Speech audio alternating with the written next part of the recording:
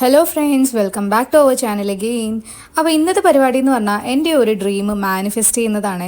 ഞാൻ ഒരുപാട് നാളായിട്ട് ആഗ്രഹിക്കുന്ന ഒരു കാര്യമാണ് എൻ്റെ ഹെയർ മേക്ക് ഓവർ. അങ്ങനെ എൻ്റെ ഹെയർ ട്രാൻസ്ഫോർമേഷന് വേണ്ടിയിട്ട് ഞാൻ പോയത് വീട്ടിൻ്റെ അടുത്ത് തന്നെയുള്ള കാറ്റ്സൈലേക്കാണ്. സ്കൂളിലും കോളേജിലൊക്കെ പഠിക്കുന്ന സമയത്ത് ഹെയറിന് അത്യാവശ്യം തിക്നെസ്സും അതുപോലെ ലെങ്ത്തും ഒക്കെ ഉണ്ടായിരുന്നു. ഡെലിവറി ഒക്കെ കഴിഞ്ഞ് UAE തിരിച്ചു പോയപ്പോഴത്തേക്ക് മുടീൻ്റെ കാര്യത്തിൽ ഒരു തീരുമാനമായി. നല്ല ഹെയർ ഫോളും ആയി, നല്ല ഡാമേജും ആയി. ഹെയറിൽ ട്രാൻസ്ഫോർമേഷൻ ചെയ്യുന്നതെന്ന് പറഞ്ഞപ്പോൾ ഫസ്റ്റ് തന്നെ അമ്മ പറഞ്ഞത് വേണ്ട, നല്ലൊരു മുടി നീ കൊണ്ടുപോയി കളയണ്ടെന്നാ. ഇതാണ് എൻ്റെ പഴയ മുടി എന്ന് പറഞ്ഞാൽ ട്രീറ്റ്മെന്റിന് ചെയ്യുന്നതിന് മുന്നേ ഭയങ്കര മാനേജ് ചെയ്യാൻ ബുദ്ധിമുട്ടാണ്. വല്ലാണ്ട് ചിക്ക് കെട്ടും, അതുപോലെ ഹെയർ ഫോളും പൊട്ടിപ്പോകുന്നതും എല്ലാം അടിപൊളിയായിട്ടുണ്ടായിരുന്നു. ആദ്യം തന്നെ അവരെൻ്റെ ഹെയറിൻ്റെ ഹെൽത്ത് ഒക്കെ ഒന്ന് ചെക്ക് ചെയ്തു. എത്ര ഡാമേജ് ഉണ്ട്, അതുപോലെ തന്നെ പൊട്ടിപ്പോകുന്നുണ്ടോ, ഹെയർ ഡാൻഡ്രഫ് ഉണ്ടോ, അതൊക്കെ ചെക്ക് ചെയ്തതിന് ശേഷം ചെയ്തത് ഹെയർ വാഷ് ആണ്. നല്ല ഷാംപൂ വാഷ്, കണ്ടീഷണറെല്ലാം ഇട്ടിട്ട് നന്നായിട്ട് നല്ല മസാജിങ് ഒക്കെ തന്നിട്ടാണ് ഹെയർ വാഷ് ചെയ്തത്. അപ്പം തന്നെ പറഞ്ഞിട്ടുണ്ടായി വാഷ് ചെയ്യുന്ന സമയത്ത് ഒരുപാട് ഹെയർ ലോസ് ഉണ്ട്, നിങ്ങൾ ശ്രദ്ധിക്കണം, മുടി പൊട്ടിപ്പോവാൻ ചാൻസസ് ഉണ്ട്. വാഷ് ചെയ്തതിന് ശേഷം ഫസ്റ്റ് അവർ ടവൽ വെച്ചിട്ട് പാഡ് ഡ്രൈ ചെയ്തു. പിന്നെ അവർ ഒരു ഡ്രയർ വെച്ചിട്ട് ഒരു 80% ഉണക്കിയിട്ടുണ്ട് മുടി. ഇനിയാണ് നമ്മളെ കലാപരിപാടികളെല്ലാം തുടങ്ങാൻ പോകുന്നത്. ഞാൻ എന്റെ മുടിയിൽ ചെയ്യാൻ പോകുന്നത് ബ്ലോ ഡ്രൈ ആണ്, അതും പെർമനന്റ് ബ്ലോ ഡ്രൈ. ഓയിലൊക്കെ ഇട്ട് കുളിച്ചാൽ എന്റെ മുടി ഭയങ്കര കേളി ആയിരിക്കും. നേരെ മറിച്ച് ഷാമ്പു വാഷ് ചെയ്ത് നോക്കിയേ ഒരു വേവി നാച്ചർ ആവും.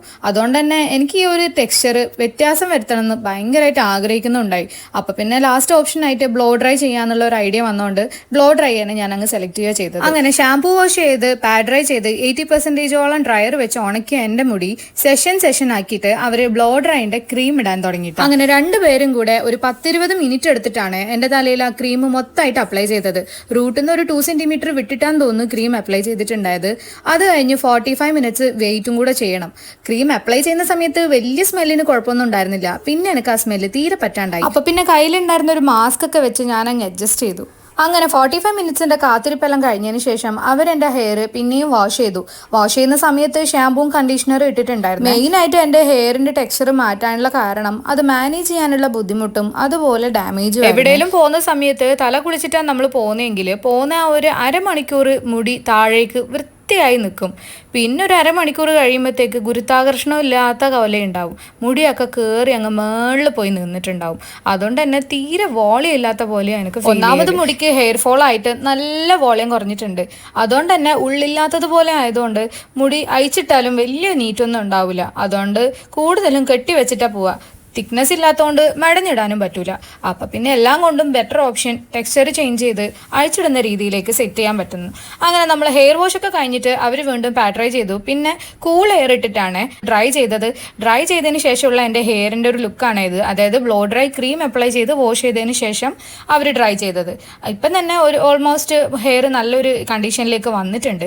ഇനി അവരിത് അയേണിങ് ആണ് ചെയ്യാൻ പോകുന്നത്.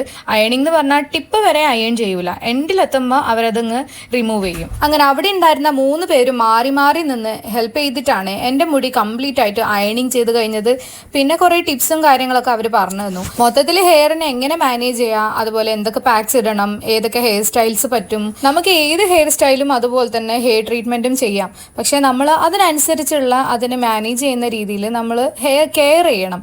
എന്നാൽ മാത്രമേ നമ്മളെ ഹെയറിന്റെ ആ ഒരു ഹെൽത്ത് മെയിൻറ്റെയിൻ ചെയ്ത് പോകാൻ പറ്റുള്ളൂ. ബ്ലോ ഡ്രൈ ചെയ്യുന്നതിന്റെ 1 മാസം മുന്നെയാണ് ഞാൻ എൻ്റെ ഹെയർ കട്ട് ചെയ്തിട്ടുണ്ടായിരുന്നത്.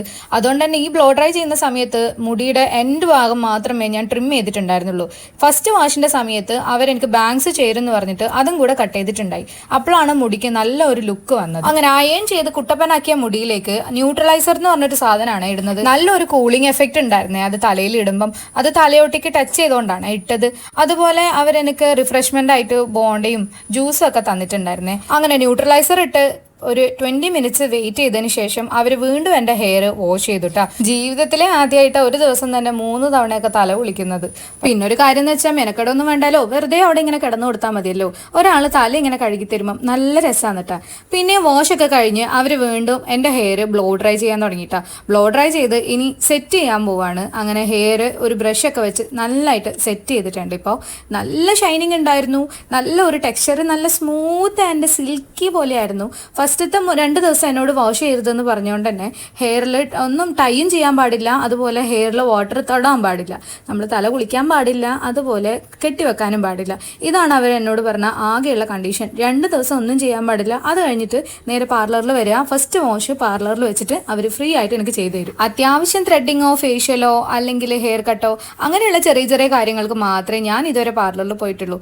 പക്ഷേ ഇതെന്ന് പറഞ്ഞാൽ 4 hours എങ്ങനെയാ പോയതെന്ന് തിരിഞ്ഞിട്ടില്ല. പിന്നെ കാറ്റ്സ് ഐൻ്റെ സർവീസിനെ പറ്റി പറയുകയാണെങ്കിൽ സ്റ്റാഫ്സ് ആയാലും അവരുടെ പ്രോസസ്സും കാര്യങ്ങളും എല്ലായാലും ഭയങ്കര നീറ്റ് ആൻഡ് ടൈഡി ആയിരുന്നേ. സൂപ്പർ ആയിരുന്നു, ഭയങ്കര എൻജോയ് ചെയ്തു ഞാൻ ആ ഒരു 4 hours. സമയം പോയത് ശരിക്കും മനസ്സിലായിട്ടേ ഇല്ല എന്ന് പറയാം. അത് കഴിഞ്ഞ് 2 days കഴിഞ്ഞ് എൻ്റെ ഫസ്റ്റ് വാഷാണ് ഇത്. അപ്പം ഫസ്റ്റ് വാഷിന് അവർ നേരെ വന്ന് എൻ്റെ ഹെയർ വാഷ് ചെയ്യാണ് ചെയ്തത്.